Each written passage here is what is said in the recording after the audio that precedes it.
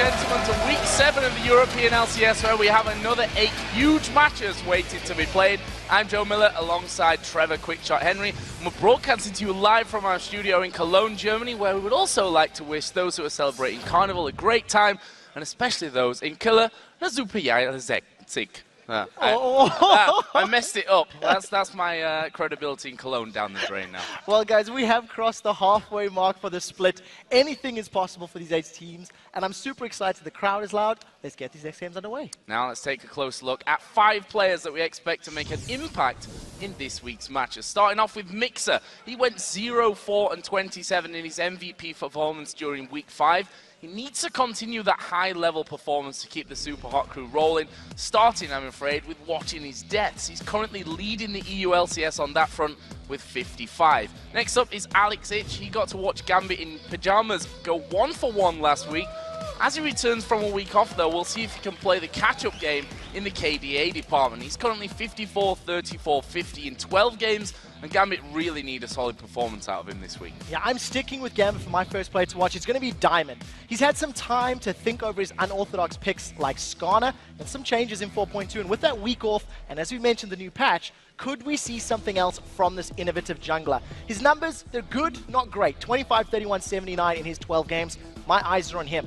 Xpeke, he has been underperforming lately, and he really needs to step back up to his usual dominant self. In the 4 games that Fnatic have played using double AP, he's gone 11, 18, 15. And for a player of his caliber, it's just not good enough. Now, my last player to watch is going to be Vander. This is a guy who's only played a limited number of champions. That's 3 champions during the spring split. We've actually seen 14 unique support champions played. Those include the likes of Galio and Kennen. And I want to see what Vander does when he doesn't have that Thresh, Morgana, or Lulu to play. And remember, for all the stats on those pros, head over to lolesports.com, where you'll also be able to watch VODs, check out the upcoming matches, and much more. While you're there, make sure to vote on all of today's games by going to the schedule link at the top of the page and choosing which teams you think will come out on top in each battle. Yeah, just make sure you click the thumb next to your choice and be sure to submit your picks so we can check in throughout the day and see how everybody voted. And if you'd like to join us here live sometime, be sure to click on the tickets link in order to find out how you can be a member of our studio audience here in Cologne. The next 3 weeks of tickets have just become available, so be sure to grab them while you still can. They are limited. And we want to hear what you guys at home are thinking. It's time for you to hop on Twitter and tell us who's been your EU LCS top lane MVP so far and why. So for me, it has to be Kevin. He stands out. His team has a record of 5 wins and 9 losses. But. He has the highest top lane KDA at 5.78. He has the most kills for his role. He has the least deaths for his role. And he has the second highest assists. That's an OP player by definition. Yeah. For you guys at home, be sure to write to us at LOL Esports. Use that hashtag LCS so we can highlight some of our favorite answers later in the show. And that brings us to our first game of the week. Alliance taking on Fnatic. And for Alliance, their back-and-forth performances continued as they went 1-for-1 last week. Broke that little curse, though, let's not forget. Fnatic lost twice last week, though, to the Super Hot crew and the Copenhagen Wolves. Now, Fnatic are the first team in the LCS to first of all go 7-0, defeating everyone in the competition, making it look easy, and then going 0-for-7 and losing to everyone again. Yeah, and as a team, Fnatic have got those 2 faces that we just touched on the pre-show. The good Fnatic, whose picks and ban phase let them show strong lanes, followed by good rotations, and then the bad Fnatic, who continue to experiment with double AP compositions, which they've lost all 4 games. They've got poor laning and poor team fights, and we've got some interesting numbers to throw your way. First of all, Fnatic do not have good stats when playing those double AP comps. They've given up 69 deaths between their team in only 4 games, and that is way too high. Soaz is the man picking up those non-standard AP picks in the top lane. And when he's playing LeBlanc, Gragas, or Lulu, for example, he does not have much impact in those games. Yeah, Xpeke is another player who's not been able to dominate like we've seen in the past. Last week he played Syndra against the Wolves and got destroyed, giving up those 3 kills in lane before the laning phase had even ended. Yeah, and he gave up another 3 before the end of the game. Now we're going to move on. During the course of the entire split, Fnatic have had the worst dragon control. They've only secured 21 dragons. In contrast, Gambit have secured 41 dragons in the same number of games. This is an area that Fnatic can focus on. I do want to touch on a positive light, and the one shining light during all of this turmoil is Fnatic can always rely on Reckless. He always goes even, and he comes into the mid-game looking strong. During those double AP losses that we've just highlighted all the negative numbers, he's gone 14, 4, and 10, but unfortunately his solo laners aren't helping him be in a powerful game-changing position. Well, you've heard our thoughts on Fnatic's dramatic fall from the top list this split, but let's take a look at what the players themselves have had to say about it and how the love from their fans keep them going despite those losses. When I joined Fnatic at first, we were kind of dominating everything. At one point, we were just owning everyone. Fnatic's win streak continues. They will be 7-0 in the LCS. We won 7 games in a row. Everyone was believing in us and saying that, yeah, Fnatic is gonna take it for sure. And we were all reading all that positive feedback and feeling good. Right now, you know, Fnatic is 7-0, but I still feel that Gamer can take games from them. At first we were 7-0 and then we lost to Gambit, and for us it wasn't that much of a big deal because we thought they played really well. And Gambit take down the Fnatic for the first time and break that winning streak. What a game! And then it just kept up stacking, but at one point I think it went a bit too far and we ended up going like 7-5 before going into this week. This is Copenhagen Wolves just wrecking Fnatic's day, wrecking their week. They have gone 0-7 in the LCS after an immaculate start. It's tough to say, like, what went wrong. I don't think there is one reason. There is multiple reasons why we are losing, and it's really hard to solve them. We have really good times, then we have bad times and hard times. It's never been like this for us, at least, because we had times that we won a lot of games, then we lost a lot, but never like so many in a row. I'm the newest guy in the team. I have the least of experience, and now it's like kind of the first time where I'm like, wow, we have something that we really need to work on. We really have to handle this and keep our heads up, and we just have to come stronger. It's like really destructive for the mentality, and it's always like knocking on your mind that, yeah, you have to win kinda, or everyone is gonna be really disappointed. I think it's harder for us than anyone else because we are like friends, so. What keeps our heads up is like all the support we get from the fans. If you're a real fan, you're in good times as in bad times. When they're down, they're my team and I gotta support them and cheer on. They had their downsides and their bad times, but I kept supporting them. Even after losing 7 games, there's people that keep coming with their t-shirts, with their signs, and they, after the games, they say, next week will be the week, we will be here again. Even when we're losing, they're writing something positive and they're telling us to not take it too hard and try to work together. I still trust in them. They will win this championship.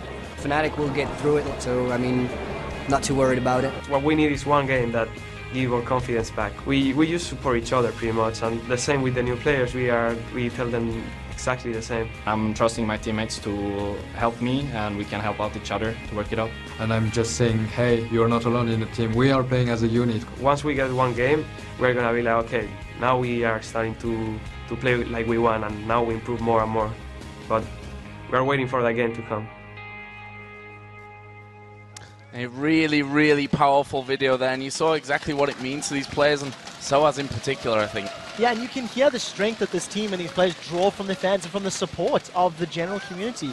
Yes, they've had a bad run, but it's followed a great run, and considering the mostly consistent level that Fnatic's been at over the last year, we do expect them to bounce back at some point. Well, the question is, I have to ask you, what is it going to take for them to bounce back and get off this losing streak? It's a really tough question to answer, but I think if Fnatic want to get back to those winning ways, they need to start in the laning phase. If Fnatic can stop falling behind early, it'll allow them to get to a point where those strong rotations and strong mid-game may get them map control, which we know they can do. Well, we'll have to see if Fnatic can turn things around as they face off against another team that, quite frankly, is struggling as well. Alliance. The last time that these two teams met was in Week 4, where Alliance picked up a win over Fnatic. It was another one of those double AP compositions that you talked about, this time with Soaz running LeBlanc top. Yeah, and during the course of the game, Alliance managed to pick apart Fnatic, thanks in part to Shook playing Pantheon and the whole Alliance team securing multiple objectives after grabbing kills. Alliance took 4 out of the 5 Dragons and both Barons the last time these teams met. They also secured 11 towers to the 1 of Fnatic. It was a very clear victory for Alliance in Week 4. Not only did Shook show up, it was one of those games where Tabs went carry mode. He played Lucian, he went unkilled, and we keep highlighting how good Tabs is when they're winning games, and this was no exception. 5.3 KDA across both matches against Fnatic. At this point in the split, Alliance are 5 wins for 9 losses going into the second half. We've seen improvements from the supposed super team, but truthfully, Alliance have been underwhelming at best. Yeah, it's the truth. They still don't show consistent high-level play throughout all stages of the game, and with time running out on the split, Alliance currently find themselves in the running for relegation. They need to start stepping up because we've seen great moments and great instances of brilliance, but never for any period of time longer than 1 game. Well, we're getting closer to game, so let's check out the starting lineup. Starting on the blue side, it's Alliance with Wicked in the top lane, Shook in the jungle, Froggen in the mid lane, the AD carry Tabs, and his support player, Nif. And of course, on the red side, it is Fnatic. Soaz is in the top lane, Cyanide in the jungle, and Specky in the mid lane with Reckless as the AD carry, and Yellowstar as Fnatic support. And this game's top lane is home to our featured matchup of the day as Wicked takes on Soaz. It's a top lane matchup that's been seen so many times before, and who can forget that 1v1 action on the stream leading up to the 2013 All-Stars, which Soaz then went on to win. Yeah, and when we look at this top lane matchup, these two players are both struggling to make a positive impact in the games they take part in. Soaz has played 8 champions total, where Wicked's only played 5.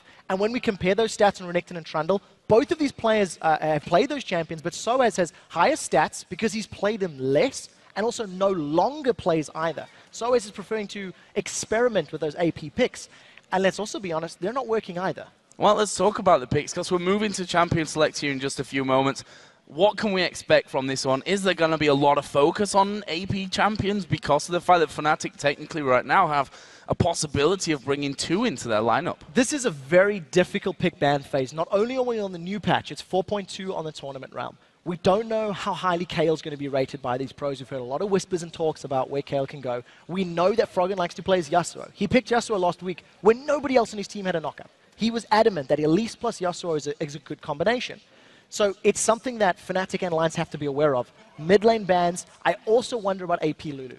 Are we going to see an AP Lulu from either of these teams? It is a possibility. Well, it's funny, really, because we said 4.2, not a massive patch in terms of changes, but funnily enough, affects 2 of the champions quite heavily that we've been seeing so far in the LCS. But here we go then. Bans coming in quickly already. Thresh, Annie banned away by Alliance, so going straight towards Yellowstar. On the other side, we see 2 more standard red side bans with Kassadin and Elise. Final ban there for Alliance was LeBlanc taken away from Expeke, or Soaz. He played it last time these 2 teams met. Yes, what we are seeing though is both of the farm-heavy mid laners, that Gragas, the Ziggs are still available, and both Froggen and Peke have also picked up Orianna multiple times in the past. Remember last week, both of Alliance's games had a Karthus banned out against them, and Alliance did not play Karthus. It was something they talked about. We'll have to see if it makes it through. This Lulu, it could be support when you consider all of the bans, but it could also be a Lulu mid for Froggen. And who knows if that Lulu's going to make its way to the top lane. We've been scouting around some of the solo Q picks and things like that, and we have seen a bit of Lulu venturing in there. We'll see about that thing, though, as things move on. Question is now, what are Fnatic going to go by? And I suppose that Lulu idea as well, Trundle was the last ban in there, obviously aimed at Wicked. Who knows if he's been trying to broaden his pool. He brought out Irelia again just a week ago. So this is the question that we had internally, is whether or not we're going to see more Irelia play from Wicked. Zaz has pulled out Jax for the first time in Europe last week, and when you consider that there was a change to the Perseverance Mastery, we're theorizing we're less likely to see Dr. Mundo as well, based on that. Shyvana is still up. There's also something Wicked has played, and with Soaz having locked in Renekton, it does mean Wicked's going to be forced to make a choice now, going for the likes of that Mundo, Shyvana, or more likely, Irelia. And I have to say, Karthus, it's been banned regularly against Alliance in their last few games. Froggen has been playing that in a lot of scrims and what have you, so not really surprised to see him maybe pull that one out there. So what are they going to add in on top of that one here? Or will he even change away from that one and go a different direction for now? So I want to touch on the fact that the junglers that are still available, Elise was banned out. Elise still a highly touted jungler in Europe, but we're tending to see the junglers that are very successful going on the likes of Pantheon more likely, more than any other champion. Pantheon via Wukong still up, and it's also something that both Cyanide and Shook play. Well, let's see. Irelia is there right now. Wicked, as we said, did bring her back to the table. That was against SK Gaming. Had a fine performance with her as well. 3-1-11 by the end of that game. And as you said, Wukong for Shuk, possibly, and it will be Wukong for Shuk, and he actually, funnily enough, played that in the exact same game where he finished 4-4-8 in the jungle against SK Gaming just last week. So Lulu, Irelia, Wukong, the 3 picks for Alliance. What are Fnatic going to go with? They've got their top laner, they've got their AD carry. I would imagine that now they would lock in the likes of their support as well as their jungler. I think, knowing Fnatic, they tend to want to leave their mid lane pick for a potential counter. We've seen Peke, he likes to run counter picks. He ran a Fizz into Alex's Zed recently.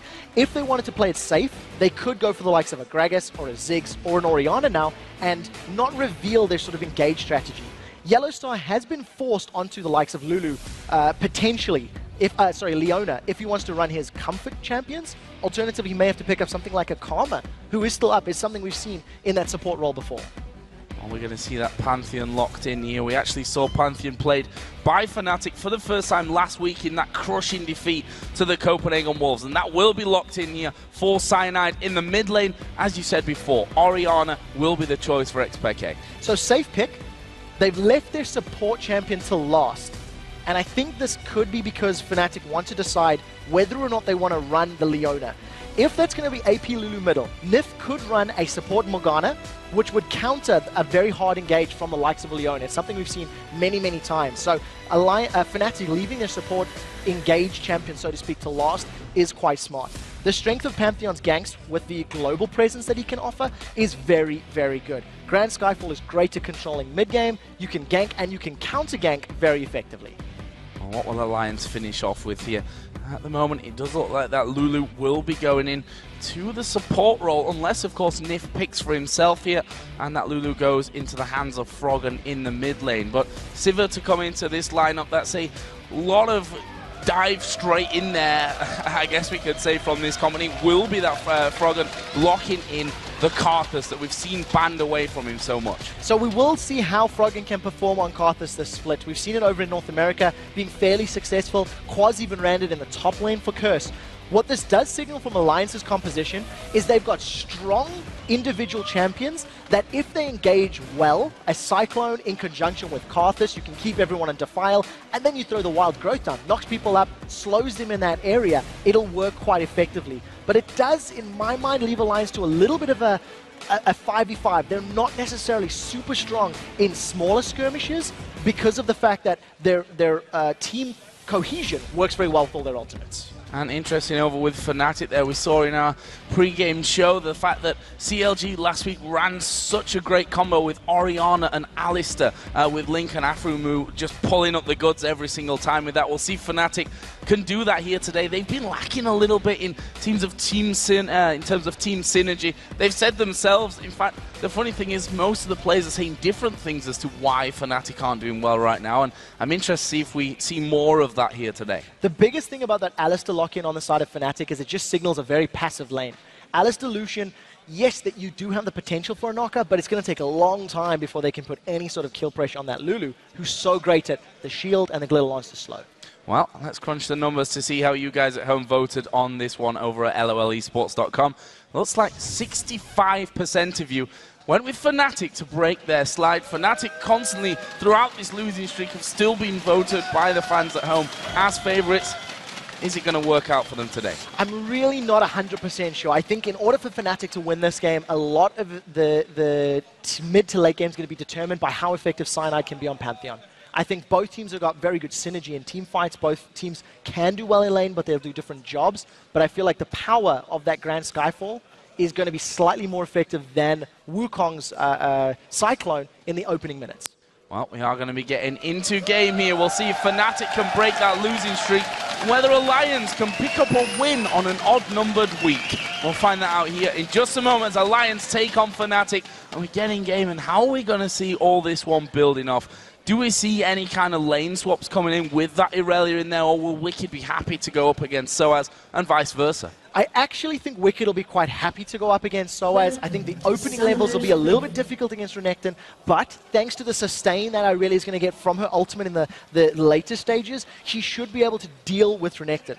In addition, the damage component that she can put down with Wukong gives them quite good kill threat on Fnatic. This is the first time we're seeing Fnatic group up and sort of invade in a long time. It's not that standard cover all the entrances start to the game. And I really like that Fnatic do something a little bit different here at the start, because as they said, it kind of snowballed against, and they lost the game against Gambit where they said, all right, Gambit played better than us. Then it got out of hand, and they need to maybe change something in the game, and they're planning to really refresh themselves. I think they're not wrong in what they said, that when the first win comes, they're going to get back into a much more comfortable rotation and how they play the game and feeling a lot more confident. It's going to take a lot for them to grab themselves a lead now. I think Fnatic are in a bit of a time bomb. Irelia and Karthus are going to scale very, very well when you get late into the later stages of this game. And I think Fnatic need to try to disrupt that and prevent Alliance getting into a slow farmy start. You mentioned whether or not Wicked was going to go for a lane swap. And I'm not really anticipating it, but this may be a low-level kill threat. Glitterlance is very strong at the low levels, and Irelia does have that true damage. I haven't seen what he's skilled just yet. Nothing at the moment. I mean, he could go for a slow, so a little bit of a death gank early on. Oh, we'll see that. Jungler on Fnatic side. Cyanide playing Pantheon this time around. Starts off with his blue. That's going to bring Yellow Star and Reckless a little bit later down into this lane. Yeah, they're going to walk straight into Wicked. Yellow Star's the target. Oh, Yellow Star is going to get focused. Can they finish him off with this one? He does, of course, have the flash available. And honestly, Alliance just didn't have the damage there. No, they didn't have the damage or the hard CC. So they tried to make it work. Wicked uses a very early teleport to jump into lane. He's a tiny bit of experience here behind Soaz, which should allow Soaz to get a quick level 2 and hopefully jump onto Wicked. We'll see if it works out for him. Froggen's burned through all of his mana for low-level harass and hasn't necessarily got a lot for it. No, he's forced a few, or at least one pot there, I can say, out of Xpeke. Another thing to mention, Froggen running with that Ignite here. I was actually talking to him last week with Deficio, actually after the show, and he said, if I get this card, I'd love to run the Ignite on him and just go all in whenever I can. It's going to be very difficult to go all in on the Orianna, who can farm from a fairly long range, and thanks to that command attack, she can leave her ball further down the lane, making it difficult for Froggen's Karthus to actually get in range and shut him down. So we'll see how Froggen plays this one out. He's got a lot of his mana back, so he's at least using that passive in the Doran's Ring, but unfortunately, burning through all that mana didn't give him any sort of lane advantage right now. No, Peke is still very healthy from that one. Did use both of his pots in those early stages though. But if we look down on the bottom lane, we can see that Alliance have already pushed things up. That harassment coming out constantly from Sivir and Lulu got Yellow Star down to less than half HP. Obviously his heal not going to be massively effective at this point, but at least some sustain in that lane. Yeah, and it's going to actually benefit Fnatic in the long run. If Reckless and Yellow Star can extend this laning phase and not lose too much CS to Tabs' very fast pushing Sivir, they should be able to get themselves into a safer mid-game. And when you look at the lanes, you've got Irelia versus Renekton top, you've got Karthus versus Orianna middle, and Lulu and Alistar as your supports in the bottom lane. It's actually quite reminiscent of last year, where you had these similar, slower, extended laning phase champions that can, be happy farming themselves into the mid to late game. Well, one champion that's really come to fruition and been successful this year is that Pantheon there. We've seen it time and time again working out, and Cyanide is working his way down. He's not been spotted. Does have his double buff still available. Tabs has got the spell shield, and Nif is going to be able to throw that a damage shield on himself. If Nif gets caught out, this could be a kill threat. The question is, where does the CC come from? It's Yellow Star. Here we go. It is going to be the Pulverize coming in first. Where's the headbutt? Nif actually flashed behind him. There is the headbutt coming out. Nif in all kinds of trouble. Cyanide picks it up with the spear. I'm so happy to see Cyanide make that gank work. What was even better is he managed to land the stun after Nif flashed. He was waiting for Nif to use that flash, and as soon as the summoner spell was used to throw him over Pantheon, Cyanide locked him down. So Fnatic, with a lot of hard CC, they grab themselves first blood. It also goes onto a very gank-heavy jungler. I want to see where Cyanide spends his money. We have seen him go for mobility boots in the past. He may not need or want them at Pantheon thanks to his ultimate though. Incredible stuff there. And Yellowstar himself, I thought he was going to go in with a full headbutt pulverize combo. Actually decided to flash onto him to get the pulverize and keep that headbutt for after.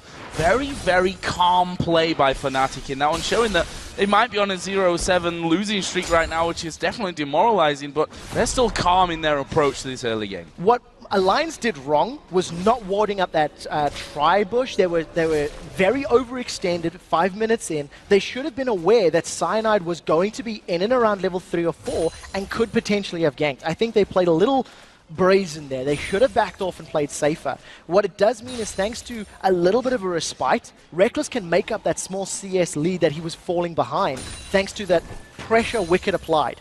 But remember, because Wicked did that level 1 fight, he then burned his teleport, and he's 20 CS down Renekton. Renekton already has a stronger laning phase in these early minutes, and Soaz is playing it very well right now. And I have to say, for Soaz, more than I think any of the other Fnatic members, a win would do so much for his confidence. We saw in that last video how much this 0-7 run is really affecting him right now. I've heard it from him after the show as well, that he's just not in a happy place at this point of things. However, he might be in a little bit of danger here. I don't know if there's enough CC though. This is my concern. Wicked does hit just 6. Shook doesn't have a Cyclone, so we'll see how Soaz plays. He's also got Flash and Dominus available, so we'll see how the fight breaks out if it does. But you can see Shook backing away. I think they calculated. Now Wicked's in trouble. Yeah, Wicked actually being pushed onto there by Soaz. Soaz taking a little bit too much though from the turret. They've seen Cyanide there in the tri-bush because of that ward. Shook did just start to come around from that. He's also spotted by the ward that Cyanide just put down after that one. And in the end, Ignite used up on the top side by Soaz. Not really a lot more gained. No, not too much right now. I think Fnatic have got themselves some good wins in this early game thanks to the fact that Renekton is able to bully Irelia around. It's going to delay that power spike that Wicked will be looking for. If you remember the last time we played Irelia, he bought himself a Trinity Force on his first back. He's not going to be allowed to farm that much and survive that long without Soaz getting in his face. And thanks to Cyanide's gank bottom, Reckless has got himself a small CS lead, but very importantly, he's made up that 10 CS deficit from earlier on. And in the mid lane, we just saw that Karthus was given that blue buff, and we know how effective the Karthus can be at taking the big objectives, mainly that Dragon and the Baron with a blue buff, especially on in there, just spamming all day long with his lay waste and that Defile on. But up until now, he's just going to back off, because he's not actually been back to buy here up until now. When he comes back, Tia and that Catalyst, the Protector coming in, he's going to get that tier stacking and move up to the Rod of Ages. Now this is a very big warning sign for Fnatic. The fact that both of those items don't offer anything in the way of aggressive statistics. You get a little bit of HP from that Catalyst, and Tier's going to need time to stack before he can eventually upgrade it to become ability power. Alliance want a long laning phase. Alliance are banking on this game going late. So what that means is Alliance cannot afford to give up too many kills, dragons, or towers in the next 10 to 15 minutes while Froggen is still scaling up.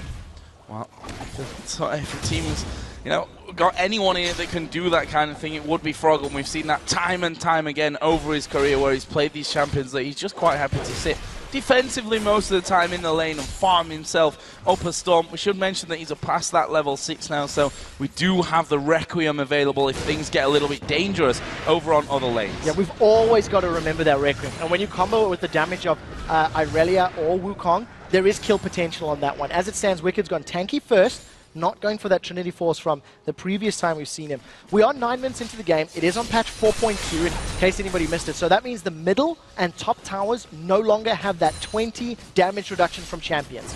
It was infinite on the previous patch. It was fixed. It's only meant to be for 8 minutes long. What that means is if anybody backs away at the wrong time, because we're getting later in, these towers could drop very quickly.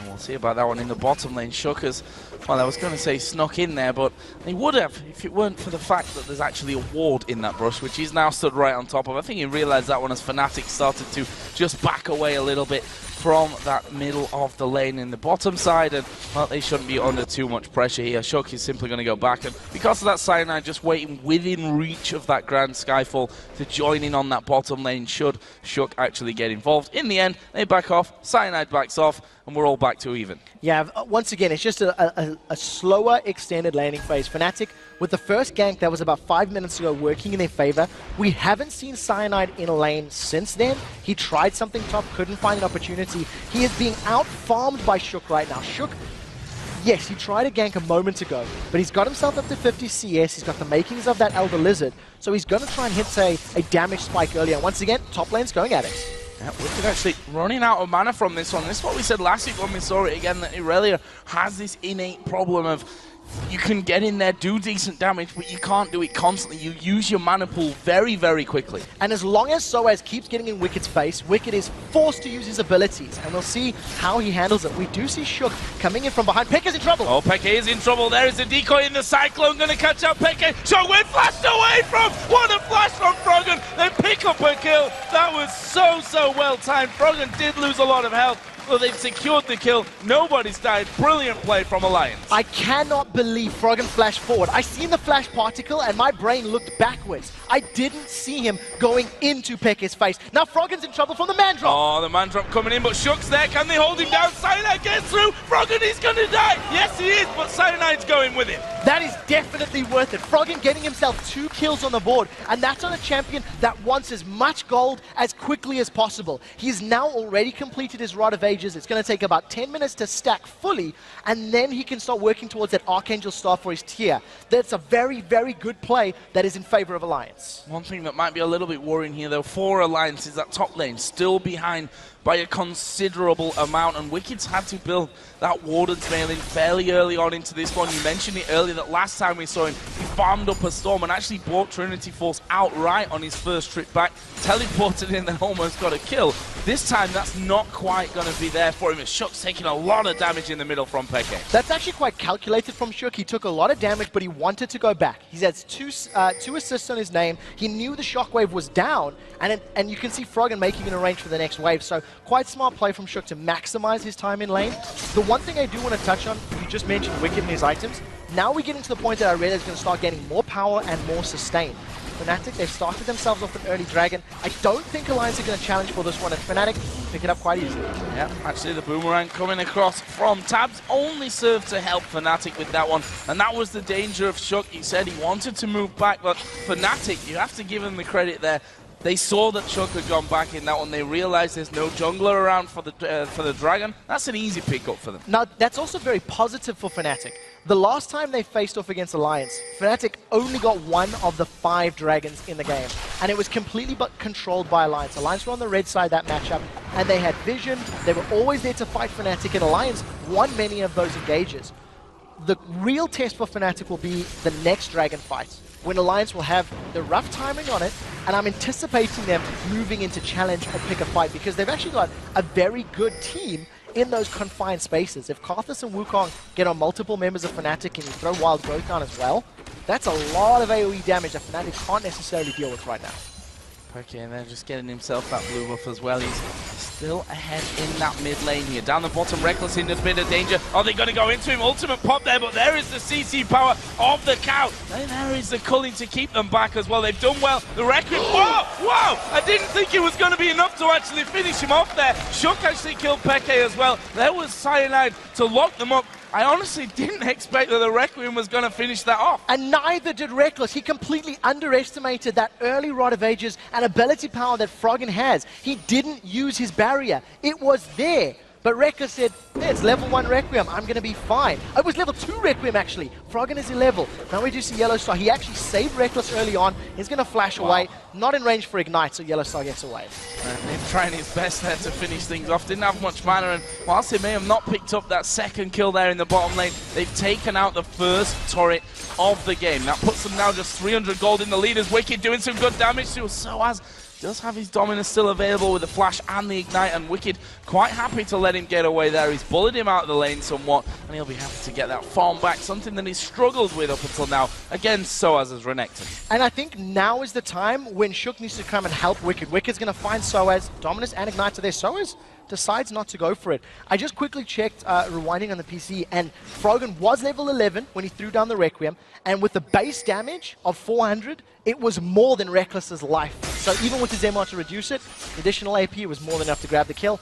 A little bit unfortunate for Reckless. Summoner spell could have saved his life. Yeah, well, would have got him through that one, as we are going to see actually Soaz pressured here. We've got Lulu, we've got Siva, both coming up towards his top lane. Are we going to see them come down from it? Nif getting into range from this one. He's going to land the Glitter Land. Soaz going very low. He flashes towards the back of the turret. Tab picks it up at range. Actually, the man drop was cancelled there in the end from Cyanide. He didn't want to get involved. Now, Alliance with better rotations. They've thrown Tabs and Nif to the top lane after they grabbed that tower in the bottom. We talked about how Wicked needed a little bit of help just to make up that strength difference between Irelia and Renekton. It came in the form of their AD carry and duo.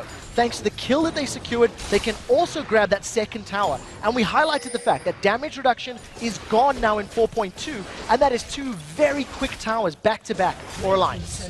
Very, very nice pickup from them, and Wicked building up that Trinity Force nicely now after that early Warden's Mail start for him. Cyanide actually forced away from his jungle there, did get the last hit on that small golem. Fnatic finally replying though as they see the duo go top lane. They are going to be taking their first turret of the game here down on the bottom side of the map. So that'll even up the gold a little bit, but you can see my Alliance's movements. They've set their targets on Peke. Peke does have his flash. Luckily for Fnatic, there's a bunch of wards in their jungle.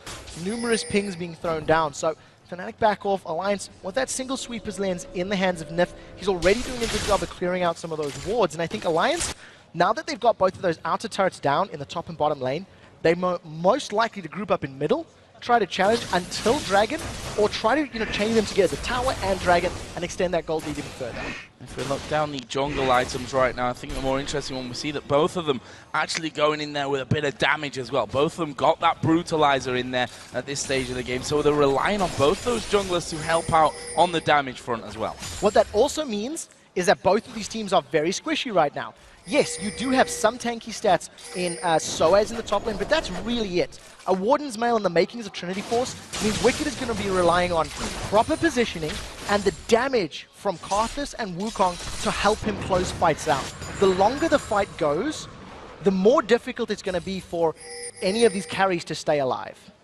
And speaking of items, we can compare the mid laners at this point as well. That Rod of Ages, which caught us off surprise, and obviously Reckless as well as he got that first kill down the bottom in there from earlier on. And now that Archangel stack for Froggen, stacking that one up. On the other side, Athene's Unholy Grail is all that Peke has. He's now slowly but surely fell behind in farm to that of Froggen, and also is not matching him in terms of kills and assists. No, definitely not. And I think that's a very scary sign when you consider that Karthus' damage is basically always going to happen. Yes, you can kill him in a fight, but then he just sits there in his passive Death Defied, gets a couple extra seconds to lay waste and use Defile, and then gets the channel on his Requiem. The question is, can Alliance position themselves effectively enough to make use of it? Fnatic responded to the bottom lane push by sending Reckless top, and they've got most of their team in the bottom getting ready for a dragon fight as Peke is the target. Oh, they're going in towards Peke. He's at half HP from this one. Are they going to go for that Requiem here? No, they're quite happy with the turret. They're going to force Fnatic off that one. That's all 3 outer turrets gone here from Alliance, and look at the timing on it as well. Dragon, 5 seconds to go. Alliance are right in position. Turret, then Dragon. Alliance signaled this 2 minutes ago. The way they moved around the map, the fact that they put Tabs and Nif in the middle lane and strung together a bunch of wards on Fnatic's side of the river. Alliance executed it perfectly, and I don't know if Fnatic were anticipating it. I mean, they must have. Reckless was split pushing top. You did have Cyanide relatively close by, but could be Fnatic overestimating the power of that Grand Skyfall. Alliance with Fnatic rather with a decent steal, that's going to deny it from Froggen. They've been spotted though there, and he's maybe going to rely on Yellow, so no, they can't get close enough to that one to even think about taking anyone out. There is a ward actually in the death push, which Nif catches with the sweeping lens, and that will go down. So that was a little bit of vision there that Fnatic will be denied. So the next step now for Alliance, I think, is to grab a couple more sweeping lenses, have 2 or 3 on your side, then get some deep vision on Fnatic's jungle, potentially challenge for blues, or even the reds in this case. And then Alliance can start picking fights as they want to. Because their team does very, very well in confined spaces, that'll work out. This, however, is completely unexpected, and I think they're a little too low level and not tanky enough to survive. Ward actually came over there as well from Reckless, and that's what made them think twice about that one. But I mentioned it earlier, the fact that Karthus, we saw it so often, mostly during Season 2, obviously a bit in Season 3 as well, that Karthus, especially with the blue buff on, just sits inside that Baron pit and they take it down so quickly. Fnatic, of course, know this one, and that's the biggest reason for them at this point, that they need to keep vision of that and not lose out on an early Baron. Now, I don't think Alliance need to force that Baron. At this point in time, they've only got a small gold lead, but they've had better rotations around the map. They've got 3 towers to 2, and generally it's been Alliance making a play and Fnatic responding with the best case scenario. Now, if Alliance can actually start denying vision from Fnatic, you can force Fnatic's hand. They've done the bait once, get ward control and vision control, then do a second bait where you can jump on Fnatic and grab some kills. Yellow start just patrolling that top side of the map there just to make sure that no one really comes into that area. He can sweep out all the vision. We've just seen him actually throwing down there, even spotting a ward put down next to his, so he'll be able to clear that out a little bit later if they so wish. Right now, though, the target's got to be that middle turret. If we look how low it is, just a couple of auto attacks from Peke will take that one down.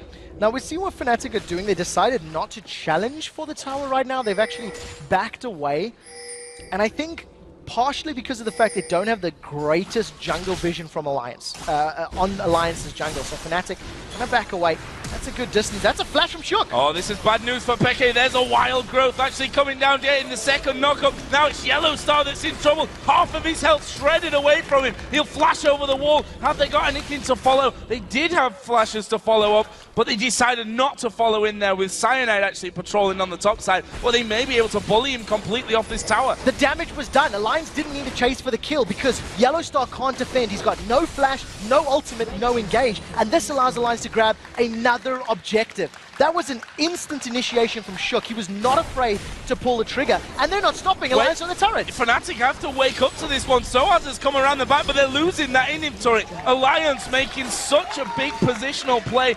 Did Fnatic maybe make a positional problem for themselves in that one? I think that was definitely part of it. Alliance are not waiting. I thought that Alliance were going to play a little bit more patient, allow that Irelia to get items and Froggen's Karthus to scale up. Alliance decide that they don't need to because you've got the Rod of Ages and that Archangels, plus the initiation power of Wukong.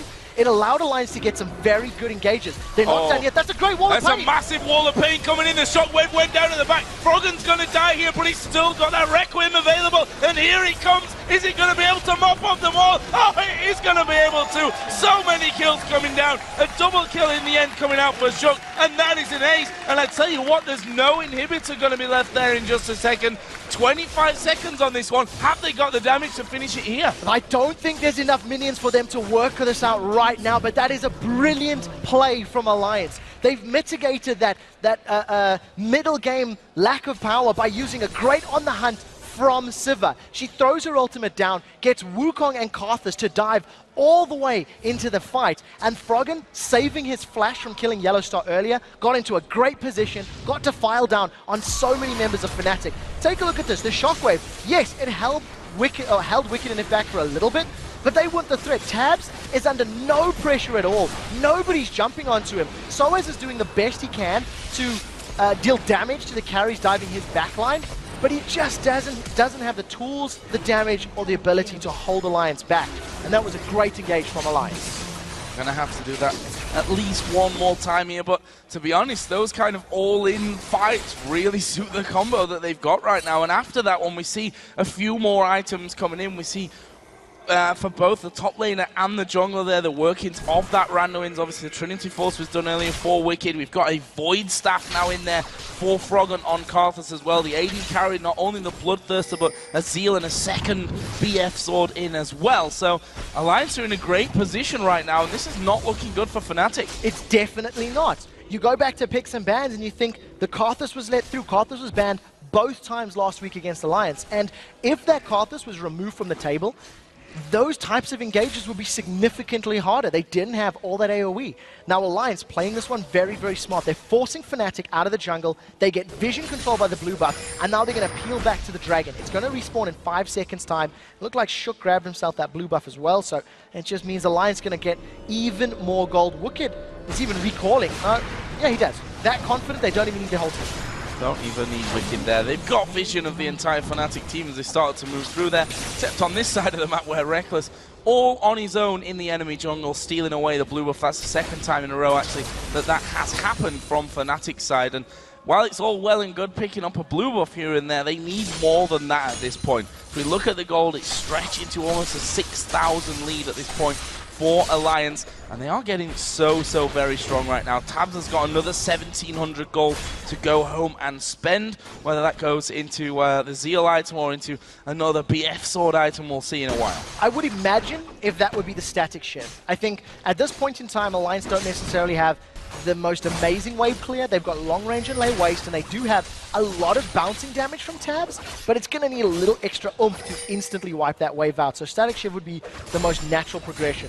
In terms of the rest of the items, you've already highlighted the fact that the Void Staff was picked up by Froggen. He's already completed that Archangel into a Seraph's Embrace, and that is a very scary Karthus. He's basically at the power peak he needs to be, and there's no MR really on the side of Fnatic. You've got a tiny bit from Athenians, you've got a mostly armored Soaz, and Reckless, he's going to get melted. There's no magic resist there in his items just yet. Oh, Yellowstar getting caught out here by the Wall of Pain, has to pop his ultimate, but here comes the chase. The slow not quite landing there, and they will be able to back off from that one. But that's the other scary thing about this Alliance team, that they've got such a great chasing team with that Sivir ultimate in there. And of course, when you add in the slows from Lulu, the slow from that Wall of Pain, there's a lot of soft CC that combines very well. The moment people get hit by a 2 or a 3-man Wall of Pain from Froggen, you instantly see Shook engaging with that Flash Cyclone. He's got Flash available, he's got Cyclone available, and if Fnatic get a little overextended, Alliance will just pull the trigger again. They've done it every single time they've fought this game. And Alliance are just going to make plays around that Baron buff now for sure. They know that they can fight Fnatic. They've aced them once already. They also know on the other side that if Fnatic don't challenge for Baron, that they can kill it very quickly. And they're trying to set up a trap here and there. They're actually out of vision right now from Fnatic, who are going to have to keep putting those wards in on the backside. So they know that they are around that Baron buff area still. And we're going to have that little tug of war as the mid wave gets pushed in and out by both teams. And this is a terrifying team to try and face check against. If you're Fnatic, you really do not want to be in this position where you need to be going into a Karthus and Wukong. If they group up at all, you'll just see Alliance jumping on them, and we do see those 2 sweeping lenses for Alliance. They're getting a number of wards down in Fnatic's jungle, and we talked about how Alliance have this tool available to them. You can force Fnatic to come to you, and they are finally doing it. We'll see how Fnatic handle it. They've got no real vision. Nif and Shook are just waiting on the side. Cyclone's available as well.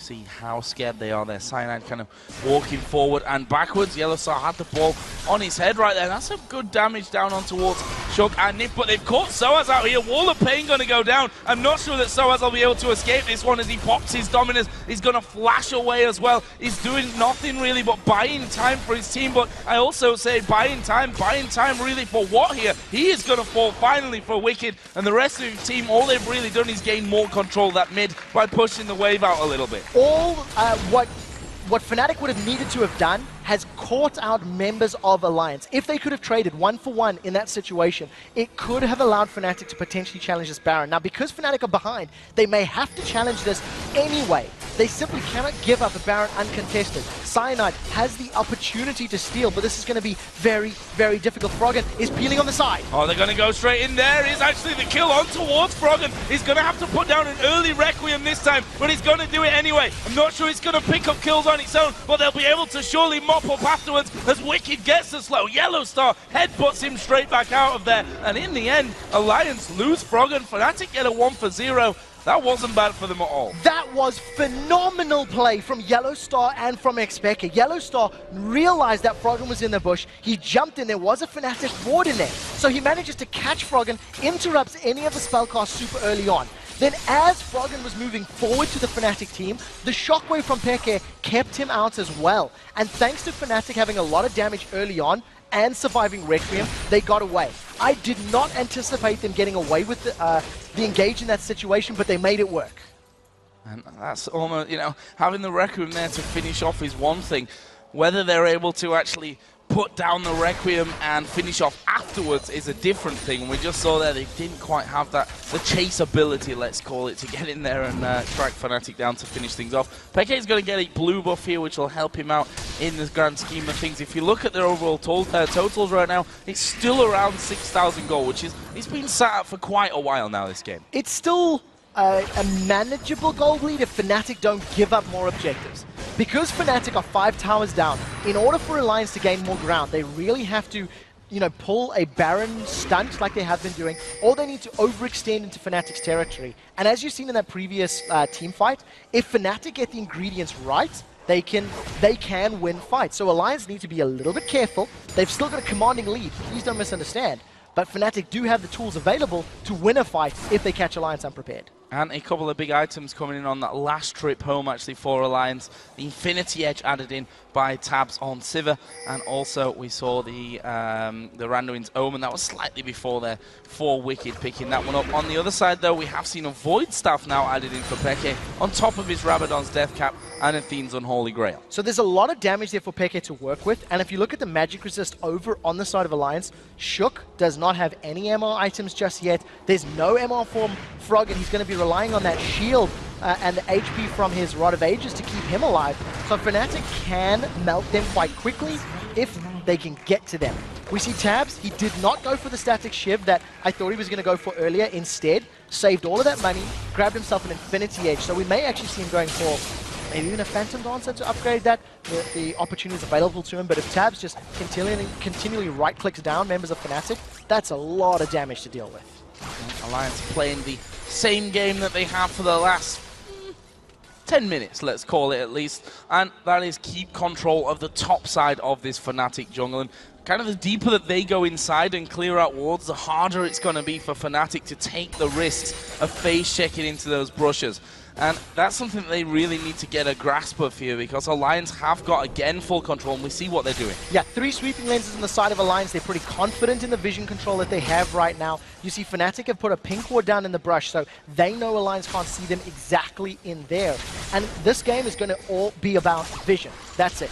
Whichever team makes a mistake going into the fog of war is going to lose the next objective. And I think Fnatic cannot run the risk of getting caught out. Peke is alone in the mid lane. He's just trying to shove the minions out. And you just see these wards, counter wards, wards, counter wards. This will carry on until somebody is a little bit out of position. Maybe it's going to be Nif. Oh, Nif a little bit sandwiched, but is he really? Wall of Pain's come down. Soaz's going to get focused. He's already popped his ultimate. Mandrop's going to come across here. Where's the focus going in? Look at Froggen. He's in the middle of the team. This is surely disastrous for Fnatic. The shockwave does come down, and Froggen's flashed over the wall. Where is the Requiem? He's going to clean house here from this one. Yellow Star is already within range of going down. He headbutts back. Well, that's 4 men down here. Reckless almost went. He's survived, and he's going to go back to heal. Alliance turn for Baron. They only lost Froggen. Fnatic should not have chased that one. There was no dice available from Soaz. He used the slice to try catch up to Nif. Nif was able to get the movement speed to back away, and unfortunately for Soaz, a wall of pain landed in his face. It allowed Alliance to chase down, and even though there was a pretty good shockwave from Peke over the wall, Fnatic did relatively well fighting in those confined spaces. Alliance did much better. If you look at the HP bars, they got 4 kills, a Baron, and they come out so much further ahead. The key thing to look for here is how Peke comes in from the side. That's a 3-man knocker from Yellow Star. It didn't really matter. Yes, Yellow Star held them backwards, and here comes Peke with that shockwave over the wall, catching Wicked, Shook, Froggen. That's actually a 4-man. Shook was the only one that was a little bit further forward. The problem is, Froggen instantly flashes over the wall, and because of the damage he's built up, nobody could deal with it. And a dead Karthus, although it's possibly the best kind of Karthus, is still a not quite dead Karthus, because he can still throw down that Requiem, which right now is doing an absolute ton of damage. Got the Rabadons now added in with the Void Staff, the Rod of Ages, and that Zereth's Embrace. Alliance have a 10,000 gold lead. They've got the Baron buff on. That inhibitor has now respawned in there in that mid lane, so that's the next thing for them to pick up. Will it be enough here to finish off? Think about even finishing off the game. Alliance have 2 Guardian Angels in addition to all of the other advantages they've just gained. So now Alliance can just brute force their way into towers. If they want to tower dive, if they want to force a fight, Fnatic cannot deal with the regen that is offered from the Baron buff, and they have to kill Alliance 7 times if they want to get to those GAs and win a team fight. This is now all in Alliance. They can now dictate the flow of the game. You can see them pushing top. You even see Wicked split pushing bottom because he's had teleport as well, so he can even join a fight if he needs to. And Cyanide whilst he's possibly the man to go down there because of the Grand Skyfall, it's not going to bring him back in. In fact, they're just going to go for the fight here. They dive in, but they've knocked Froggen right back into the rest of the team. He's actually going to go down. It took them a little while. He does have Requiem. Requiem's just come off cooldown, and they're going to do it once again. Only 2 men left here for Fnatic. They're going to be falling slowly but surely, flashing from tabs to keep going. Soaz is going to walk off towards the bottom side, but Alliance have some super minions coming up the mid lane at this point. They may go for the win. This is definitely game. With tabs having so much time and the minions pushing up, they should be able to take this Nexus down. You see Peke, the goal for Fnatic in my mind was to kill Froggen, burst him down, get rid of him quickly. Peke never got to use his shockwave. It wasn't even cast in that fight. So as the last man standing for Fnatic, Wicked completely disregards him. He's on the Nexus turret, and the rest of Alliance should clean up. It looks like there are 3 men there, but 2 of them have got GAs on, so even if they die to the turret hits or 2, Soaz, one of them is not even going to do here. It doesn't matter. Alliance going to go in there, take down the Nexus turrets, and keep up their miserable run here from Fnatic and for Alliance, proving that odd weeks aren't always bad. Alliance broke the curse last week. They lost a game in an even week. Now they've won a game in an odd number week. Finally, trying to get some mix and match in their performance. This was a very good game from them. I was baited into expecting a slower lane phase, and they just never, ever went there. They had hard engages, shook caught out Fnatic many times, and that was a very good performance from the team. Incredibly well done there. And, well, you have to wonder for Fnatic, the start wasn't all that terrible for them. It looked quite comfortable in ways. The brilliant play that they did down in the bottom lane with Cyanide coming in for the gank with the slow and calculated CC chain from Yellow Star to get in there behind them. And, well, in the end, just not enough. And we have to say, it goes right back to picks and bans here, possibly. The fact that Froggen has not been allowed Karthus when he's obviously been practicing it against these teams. They've let it through, and he's just wreaked havoc with it. In addition to that, they picked a jungler in the form of Pantheon that had the ability to impact lanes more often. We've seen 1 gank. From there on out, I think we've seen 4 cancelled Grand Skyfalls because it was too risky to jump in. Not necessarily the best of picks in that situation. And I think overall, Alliance simply outplayed Fnatic. They rotated around the map, they had very strong engages, and every time they did pick a fight, they won it. And I have to question some of the moves as well there. Let's fight with a Karthus in the middle of the jungle where he's got full reign of control over you. Let's headbutt a Karthus back into the rest of the team. Even though he was dead pretty quickly from that one, he survived long enough and then, of course, has his passive to keep going after that. So either way, Fnatic not looking very good once again. They now go 0 for 8. Yeah, it's a difficult situation for Fnatic to be in. They gave that Karthus over to Froggen. I think we've actually got a replay of one of those awesome moments very early on in the game. Let's pull that replay up on your screen. It starts off with Xpeke being ganked by Shook. If you look in the minimap, you can see Cyanide is relatively in range, but he's not really going to get in there quickly enough. And this is one of those flash cyclones that Shook did, I think, 3 or 4 times over the course of the fight. And that phenomenal reaction flash. From the time that it took from that command attack to travel to his position, he flashed over the shockwave, grabbed himself a kill in conjunction with Shook, and it was just superbly played from both of those players. And guys, remember that throughout the day you can highlight big moments in the games by tweeting to @LOLesports and using the hashtag LCS. Big plays, and there were many of them in that game. We could have maybe had 3 or 4 different clips, mainly showing how much Karthus did to the enemy team. Yes, I agree with that. It's good to see another strong Karthus being played. I think there is still the risk of Karthus being shut down in the laning phase. You know, he is very weak, very squishy. Unfortunately, Fnatic didn't take advantage of that one. And then, as we said, the non-traditional flash cyclone engage, it just worked every time. We've seen Wukongs fail and do well in the jungle, and this was definitely one of the best Wukongs we've seen. Most definitely. And guys, we need to take a quick break, but when we return, Shox and Demon will be speaking with Wicked from Alliance, and then SK Gaming and the Super Hot Crew clash in a tiebreaker to decide who will move up in the rankings. Don't go anywhere.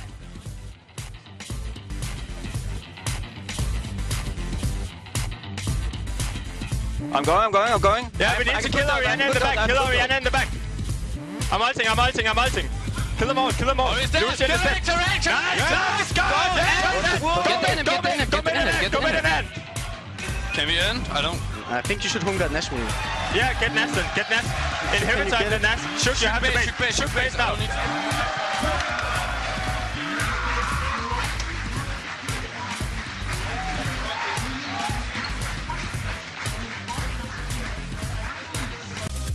Welcome back, everyone. I'm AFU Shock supporter alongside Lee D-Man Smith and Wicked, of course, after that win versus Fnatic with Alliance. Very impressive win. Tell us what the plan was in picks and bans. Finally, the Karthus was open. Well, we have been practicing 2 strategies this week, and we got every single pick we wanted for one of them, so we were incredibly happy at the start of the game. But what did you make of their bans? Because I could see you clearly laughing the moment Trundle got banned out. So we were doing pick and bans before the game started, like for an hour. And I kept telling my team for 15 to 30 minutes, I think we should ban Trundle, guys. He's really annoying to play against. And then my team disagreed with it, and then my team banned it instead, so I was really happy. And so you picked an Aurelia for the top lane when the Renekton was already locked in, which could have been pretty disadvantaged for you. So why did you want to go for that pick? Aurelia never lets me down, so I just had to pick her. And also there's a guy in the crowd with a sign, so I had to do it for him. Well, next time he has a sign with Teemo on it. Yeah, I want to ask you, because we were a little confused upstairs, the fact you did pick it into Renekton, Aurelia, but you feel it's actually okay? Well, it's a really bad matchup, but we didn't care about the early game, as you saw, like a lot of our lanes lost and so on. We only cared about getting to the mid-late game because our composition was superior. So you say it's a bad matchup, and then you went for those level 1 shenanigans, losing your teleport. Tell us about that. Well, I was thinking I'm going to lose my lane anyways, it doesn't matter, so we could perhaps snowball the bot lane. We tried it in scrims a few times. We managed to get a kill every time in scrims, which we didn't do now, so it kind of sucked, but it worked out in scrims, so we wanted to try it. So obviously the curse is now broken, it seems. Where does Alliance go from here? Well, to be honest, I would like to thank Millennium for breaking the curse last week, because without them, we would never have been able to win today. So thank you, Millennium. So tomorrow, again versus SK Gaming, you guys, what do you make of that matchup? It's always a hard one. Well, SK at the start of the season, I thought they were going to be quite weak, but they have proved themselves to be incredibly strong, and the teamwork is like incredible right now. I think they're like a team like Rocket, where they focus a lot on teamwork and they do everything together, and they're really phenomenal at that. So it's going to be a hard match. Now you guys obviously, like I say, you went 1-1 last week, could possibly go 1-1 or 2-0 this week. I spoke to all of you guys, pretty much, other than Tabs, I think, after the show last week, and it was very different answers from every single player. You're obviously all in the gaming house. How is the team right now as a group? I think we got different opinions on how to play the game, which we just need to work around. We need to learn how to play with each other and stuff like that, but everyone have a really good mood, and everyone's really happy. Playing together, we're having fun, and we practice a lot, so I think it's going to go good. What about you personally playing the game right now? We know that you love to play a lot of solo queue. You think that really helps. How is it now? How are those opinions in the team on what you should do? Well, right now we scrim for 7 hours, and then we play solo queue for 3 to 5 hours, all of us. So I think that's a good way to do it, because you get some scrimming, but you also get some time away from the team where you can just stir around, do whatever you want, try some new stuff that might not work out at all. So that's good. And how's it going with Shook? Because obviously we took a lot of abuse, the fact that he was sort of on a dip, but he's been pulling out the Wukong lately, playing amazingly. Everything seems to be working between him and Froggen so far. I think Shook is a new player who just needed some experience in the competitive scene, but he was never bad. He never really did bad mechanicals on. He made some mistakes with his thought process, but he worked a lot on that, and he's playing phenomenal now, so there's nothing there. What about the evolution of your bottom lane? That's also been going through a little bit of trouble in the beginning. Well, our bottom lane had to get adjusted to each other. They didn't have much time to practice before, and it's taking a little time, but now they play amazing, and they're just doing what they need to do. And what do you believe Fnatic have to do? You know, they are now on, what, 0-8 after going 7-0. From your point of view, obviously, you've been down the bottom, but you're chasing them effectively. What do you see that they've got to change in their game? So, for me, Fnatic have always been the best team in team fights, in late games, split pushing, catching people off guard, and just killing people over the map. And right now it seems like they're not really playing as a team, they're just playing individually, and that have always been the weakest point. I think individual have not been their strongest point. They're always focused on the team fight, split pushing, and just the map awareness, and they're not doing it right now. And obviously they pulled out the double AP comp before. Is it something that you maybe have thought about going with? So, I don't think the double AP fits me very well. Like, I'm not the best AP player. I think everyone knows that. You know that, Chuck knows that. But I think it fits Soaz, and he should stick to it because he does well. Like, sure, it might not have worked out in some games, but neither does Bruiser sometimes. And I think he's a really good AP player. All right, very interesting. Finally, I'd like to pick your brain on the next matchup. Coming up, SK versus the Super Hot Crew. D-Man. For me, it is a really tough one to call because these are two teams that have been on crazy win streaks. Super Hot Crew are, what, 4 wins in a row now or something crazy like that? SK Gaming, they had that stuttering step against Alliance last week, but then they took down Roccat in amazing style. For me, I think SK may edge it, only just though, but this is going to be one to watch for me. Wicked. I think it depends a lot on bot lane, because I think on Superhot Crew, Masterales and Mixer are playing really well, and I think it comes down to how much they can snowball the game. All right, very interesting. Well, thank you very much. Congratulations, of course, Wicked. And now we're going to go back over to Joe and Quickshot for our next match.